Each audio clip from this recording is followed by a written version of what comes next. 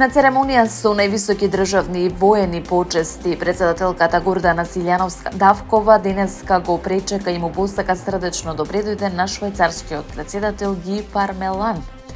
Во фокусот на разговорите биле се вкупните билатерални односи, при што 3 децениската соработка се оценува како пријателска и плодна, информираше председателката во објава на социјалните мрежи.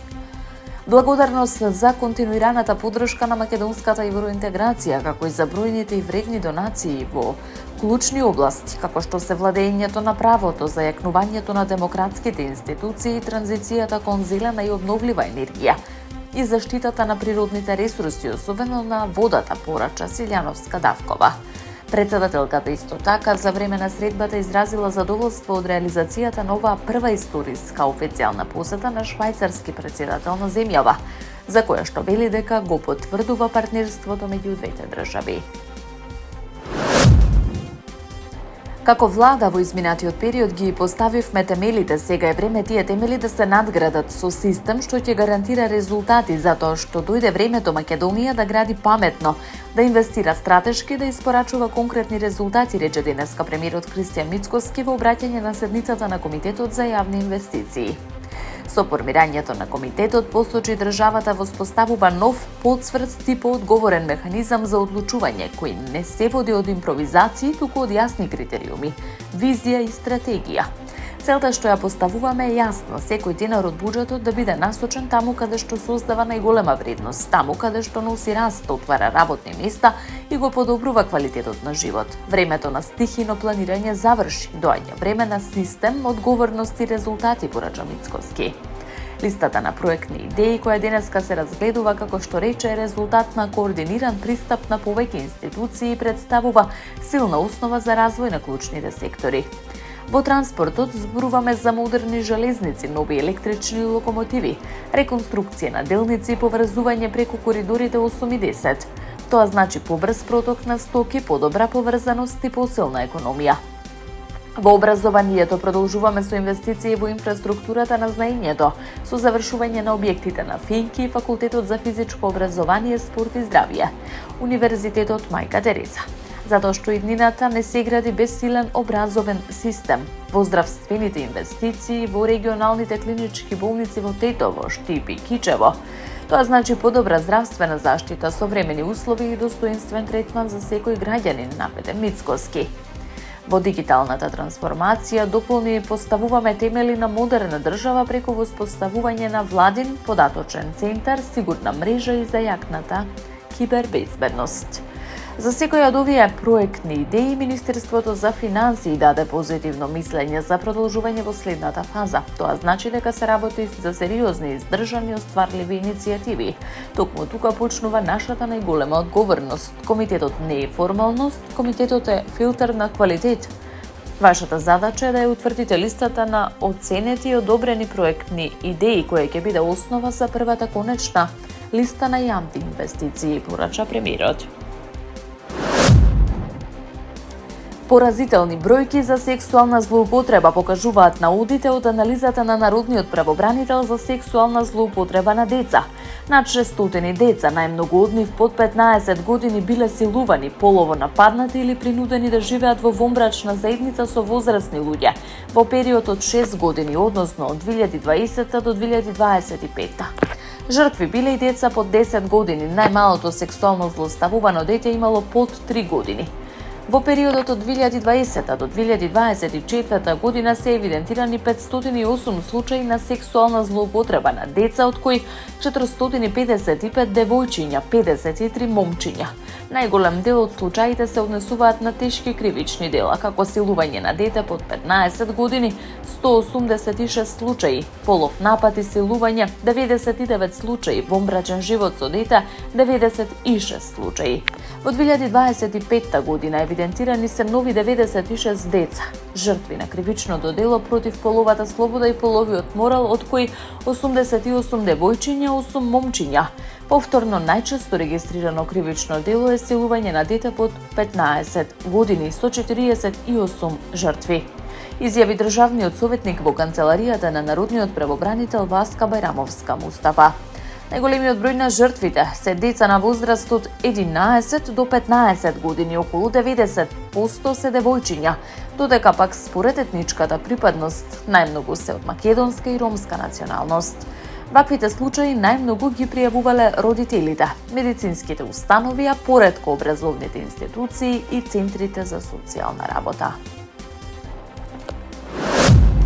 Безбедноста на децата во дигиталниот простор бара јасен, системски и одговорен пристап, порача министерот за дигитална трансформација Стефан Андоновски, истакнувајќи дека решението не може да се гледа само во забрана на користење на социјални мрежи, туку и преку едукација на младите во дигиталниот свет. Денес разговараме за едно од најважните прашања за нашето општество – безбедноста на децата во дигиталниот простор. Ова не е тема што може да се реши со изолирани активности, туку бара системски пристап, јасни правила и одговорност од сите засегнати страни, истакна Андоновски. Тој посочи дека преку Центарот за побезбеден интернет веќе се гради структуриран пристап кон безбедноста на младите во онлайн просторот.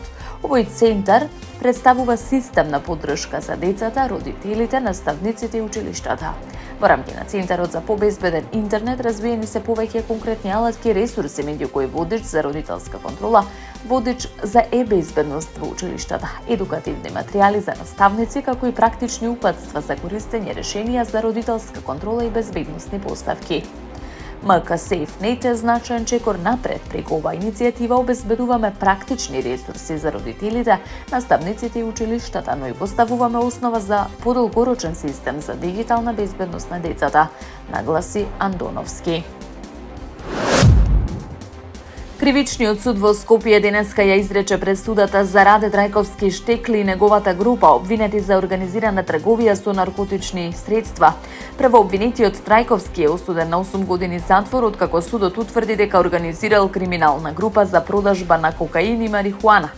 Покрај него повеќе годишни затворски казни им беа изречени на останатите обвинети. Стефан Китанов, Александар Бучевски и Филип Таневски се осудени по 5 години затвор, додека Стојан Миланов доби казна од 3 години и 10 месеци. Судијата Илија Трпков при изрекувањето на пресудата посочи дека постапката била водена ефикасно и без одолговлекување. Оваа постапка започна пред 9 месеци и имаше континуиран тек, со цел ефикасно завршување на притворскиот предмет, изјави судијата. Случајот се однесува на организирана мрежа за дистрибуција на дрога. Пресудата доаѓа по неколкумесечна судска постапка со изведување на докази и сведочења. Се очекува обвинетите да имаат право на жалба пред повисок суд. Оваа пресуда представува уште еден случај во низата процеси против организираниот криминал, поврзан со трговија со наркотични средства во земјава. Председателката на Европската комисија Урсула фон дер Лајен предупреди дека последиците од израелско-американската војна против Иран ќе имаат долгорочно влијание врз Европа, особено во енергетскиот сектор. Говорејќи на дебата во Европскиот парламент во Страсбург, таа истакна дека ефектите од конфликтот би можеле да се чувствуваат со месеци или дури со години, оценувајќи дека Европа се соочува со втора голема енергетска криза во последните 4 години. Според неа, трошоците за увоз на фосилни горива во Европската унија драматично се зголемиле. Губиме речиси 500 милиони евра дневно, нагласи фон дер Лајен, додавајќи дека во првите 60 дена од конфликтот сметката за увоз се зголемила за повеќе од 27 милиарди евра за иста количина енергија. Таа порача дека решението лежи во намалување на зависноста од фосилните горива и поголема употреба на извори со ниски емисии на јаглерод. Фон дер Лајен истакна дека нема единствено решение за сите земји членки поради различните енергетски миксови, но повика на поголема координација во рамки на Унијата. Дополнително нагласи дека финансиската поддршка мора да биде насочена кон најранливите категории. Потсети дека во претходната криза значителен дел од средствата биле потрошени на нецелни мерки, што негативно се одразило врз буџетите на земјите членки. Германскиот канцелар Фридрих Мерц изјави дека не гледа влошување во односите со американскиот председател Доналд Трамп и покрај неодамнешните остри критики од Вашингтон. Личниот однос меѓу американскиот председател и мене, барем од моја гледна точка, останува непроменето добар, рече Мерц во Берлин, додавајќи дека и понатаму имаат добри разговори. Предходно Трамп јавно го нападна германскиот канцелар поради неговите критики за американскиот напад врз Иран. На својата платформа Truth Social американскиот председател напиша дека Мерц нема поим за што зборува, додавајќи дека не е ни чудо што на Германија ја оди толку лошо. Иако не беше директно прашан за овие изјави, Мерц го повтори својот став во однос на конфликтот со Иран, нагласувајќи дека од самиот почеток имал сомнежи за ескалацијата. Тој посочи дека Европа веќе ги чувствува последиците од кризата, особено поради нарушувањата во глобалното снабдување со енергија. Во Германија и во Европа ги трпиме последиците, рече Мерц, додавајќи дека затоа инсистира на што побрзо завршување на конфликтот. Овие изјави доаѓаат во време на зголемени тензии меѓу сојузниците околу политиките кон Блискиот Исток и нивните економски последици.